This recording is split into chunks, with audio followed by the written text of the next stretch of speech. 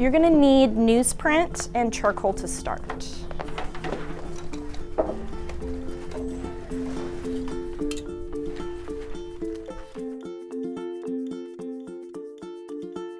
It's a foundations level course, so it's meant to introduce foundational drawing skills. We have students from the array of skill levels, from someone who tells me on the first day they can't draw a stick figure, to someone who's been being tutored since they were 7 or 8.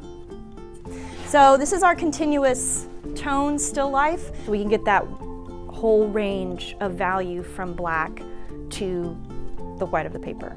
Value is the lightness of the thing you're drawing. So for example, here is a very dark value as opposed to here where there's a very light value. We use light in this project to show the shape of something and try to make it three-dimensional and really come alive. Here, there's no actual line drawn.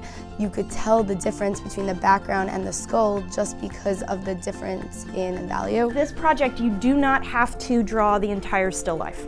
That's a little different than our approach to our other gestural projects from observation, where you had to include the entire still life within the bounds of the paper.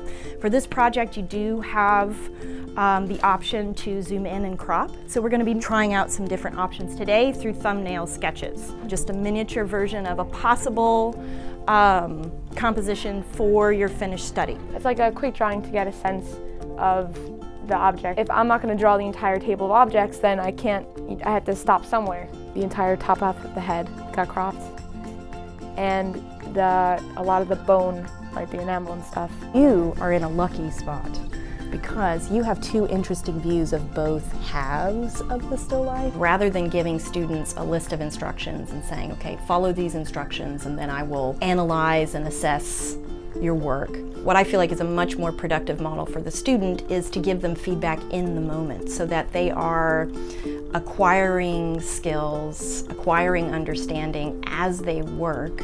They also gain a lot more confidence that way. Traci's sitting there, she's like, I'm telling you, you could do it, you totally got this. And she's like, just take it one step at a time. So, would you want it like tilted at a higher angle?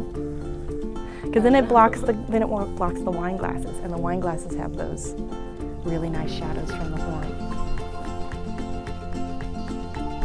We have this cow skull. It's a complex form, but if they're only focusing on where the shadows fall and where the highlights fall, and those are specific shapes that are a specific distance apart, that have a specific relationship to one another, they'll end up creating a drawing that looks like a cow skull.